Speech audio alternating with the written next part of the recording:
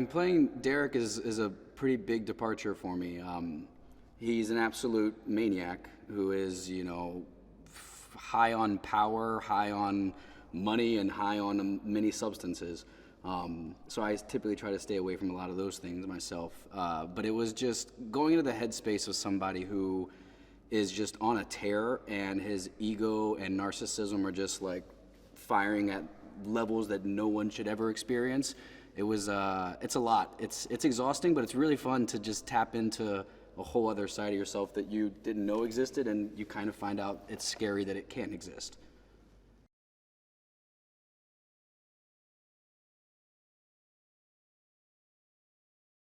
I found it very funny.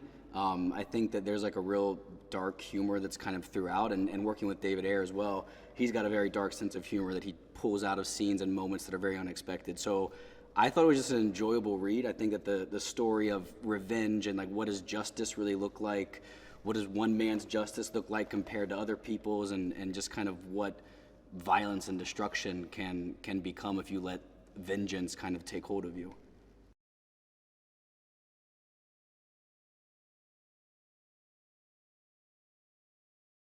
Derek is, he's in an interesting spot because he comes from a lot of money. His family is like titans of industry with shipping and old oil money, so he feels kind of untouchable in many ways. And he's made most of his money legitimately through crypto, NFT, and he's got a really fast, intelligent kind of business mind. But he kind of has this dark secret on the side that's his passion project, which is very evil. And that's when, he runs these centers that basically rob older people of their life savings. And I talked with David a bit about why. Like, why does Derek do this? Like, he has the money, he has power, why does he want this thing? And I think it kind of comes back to what we sort of landed on was he wants something that's his dirty little secret that no one else can touch, that and operating outside the bounds of law when his mom is, the commander-in-chief. There's something that just gets that part of him going of wanting to be as powerful as possible. So he has this dark, secret, nasty little side hustle that brings in a lot of money as well, and ultimately it's his downfall.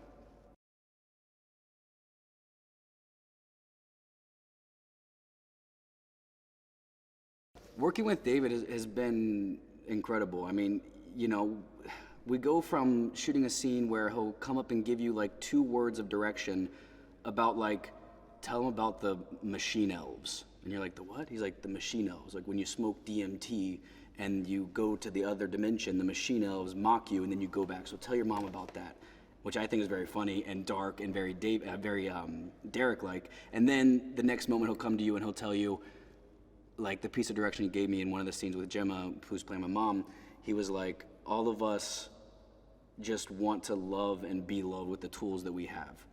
And then you're like, shit, okay, wow, now I gotta bring that into the fold. So he'll like work you into one space and then kind of bring it to another very grounded human emotion space, which I think is just it's really enjoyable. And for me as an actor to get to play with that kind of range of direction is really, really great.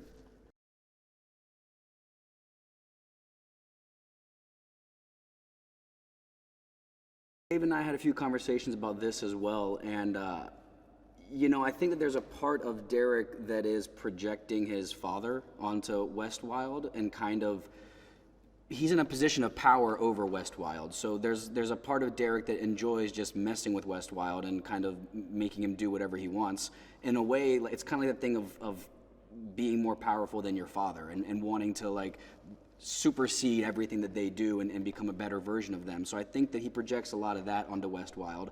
I think Westwild is just holding on for dear life with whatever this kid's about to do wrong to get them into even more trouble. So it's a very fun dynamic. And Jeremy Irons, I mean, obviously he's a legendary actor, and he brings such power and weight into every moment. And then to get to play the character that's kind of bullying him as this like younger like shithead kind of guy, I think is really fun, and it's created a lot of great moments.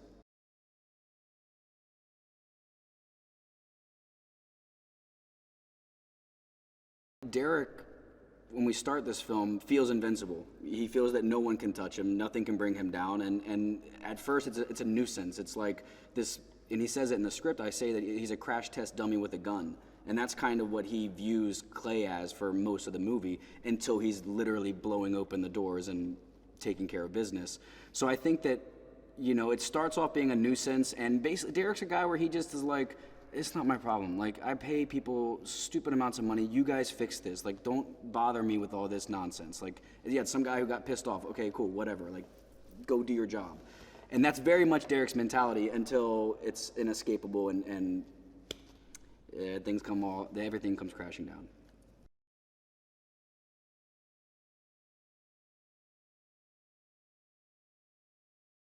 Derek is kind of isolated a bit in his own little world, and his world really consists of West Wild and his mom, who's Gemma Redgrave, who's a phenomenal actress, and again, like a powerhouse. So I get to be this like annoying surrounded by powerhouse actors. So it's really fun. But Gemma was incredible, and she, as well as, you know, as Jeremy, and with David's direction, just find these very nuanced, truthful moments. And, you know, David will be giving her direction about, like, you're gonna walk in, you're having a cigarette, and you guys like used to do drugs together. So it's like, okay, that's one way of looking at the mother-son relationship. And the other, and then all of a sudden he'll tell her, now all you care about is wanting to see your son survive this moment. And so, and just having actors that are as dynamic as Gemma and Jeremy, to be able to take those directions and run with them, but yet keep them very grounded, it's you know, it's a blessing that you don't get very often. Derek was originally written as kind of very dapper, very clean-cut, put-together, three-piece suit kind of guy. But then when I came on board, David's vision of Derek started to change, and we just leaned into this guy who has so much money, not really any sense of style, but just needs to be like big swinging. That's like his whole thing, is like green is his color, money, power, gold, green, like that's his world 100%. And then we decided, it was funny because after I did the Hunger Games, they had my hair bleached blonde, and I hated it so much, like the whole process, and it was so annoying. And I said, I'm never dyeing my hair blonde again for a project. And then the moment I got the call from the hair and makeup team, and they're like, hey, so we're thinking about maybe like bleaching your hair. I was like, oh, that sounds amazing, let's do it. I completely forgot about like all of my past ideas of what I would or wouldn't do, which is a very me thing to do. But it, you know, I think that having this crazy hair, normally he has like a diamond gold stud earring. He mixes patterns, like I've got this floral, I don't even know what, silk with like snakeskin boots. It's just, he's so out of touch with reality, and I think that trying to express that through his clothing as well was really enjoyable.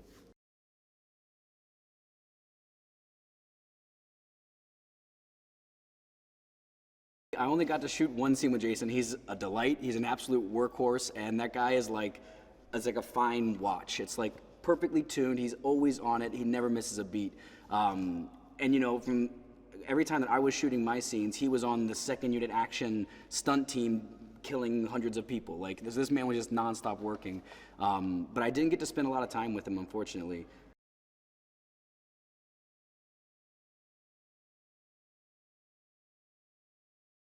The Danforth compound, I mean, that's really the whole climax of the movie takes place there. And, you know, we've gone through a lot, especially Clay has gone through a lot to get to that point in the story, and it's just the walls are falling around Derek, and you know, he's kind of gotten to this point where he's in blind rage, coke and whiskey fueled rage, and you know, he's basically watching as what he thought was impossible was actually becoming possible, which is that someone can get to him and someone can take him down.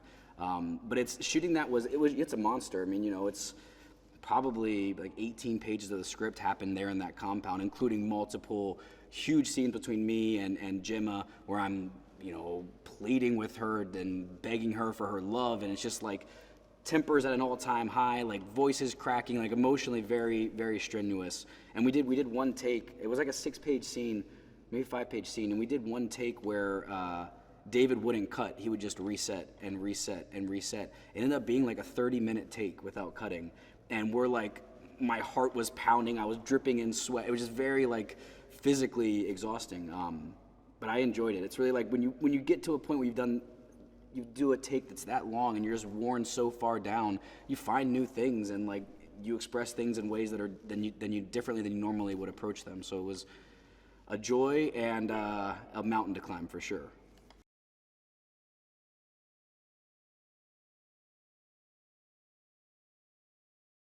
It's hard to really describe this film, but kind of what I've been telling people, like the short version of it, is it's like an epic vengeance story about a guy who has a very peculiar set of skills. He keeps bees, which is very weird, but he's also part of this larger organization of beekeepers that are these super secret kind of government high-level assassins, basically. And I get on his wrong side, and he basically is on a kill streak of trying to get to me to take down this evil corporation that I've set up, which robs old people of their life savings. So it's a story of searching for justice and really like what does justice mean and how that looks for different people's perspectives.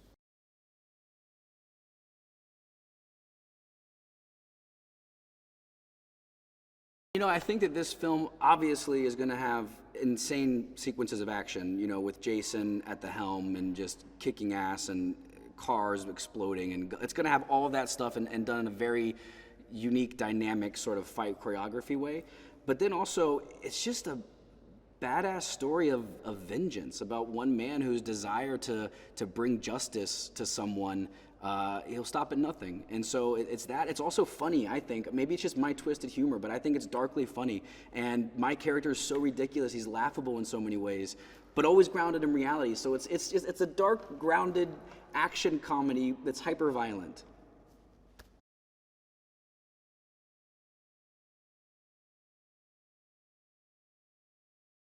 It happened to my great grandma, which is funny. I just now realized that. Like my great grandma, this is probably a few years ago. She's still alive. She's like 94 and drinks bourbon. She's amazing. But she was one night. She calls my little brother and she's like, "Connor, I can't take this anymore. You have to tell your family." My brother's like, "Grandma, what are you talking about?" And she's like, "Connor, don't, please, I can't take it anymore." He's like, "Grandma, I don't know what you're talking about." And she's like, "You called me 2 nights ago and said that you got arrested and you'd had too many glasses of champagne after someone's wedding, and you got arrested and you needed money to get you out of prison, but not to tell anybody." And my brother's like, "Oh no, Grandma, that I didn't do that." She's like, "Yes, you did." And I guess like somebody called her and she went to like Walmart and bought Apple gift cards and then scratched off the back and then did that whole thing. And it's evil, man. It's evil. And like my grandma's such a sweet woman. And like she wants to help everybody, but she is susceptible in ways, you know. And she answers her house phone, which she still has every time. And it's just, you know, it's evil. It's pretty dark. I'm on Clay's side, man. Get him, take him down, take me down.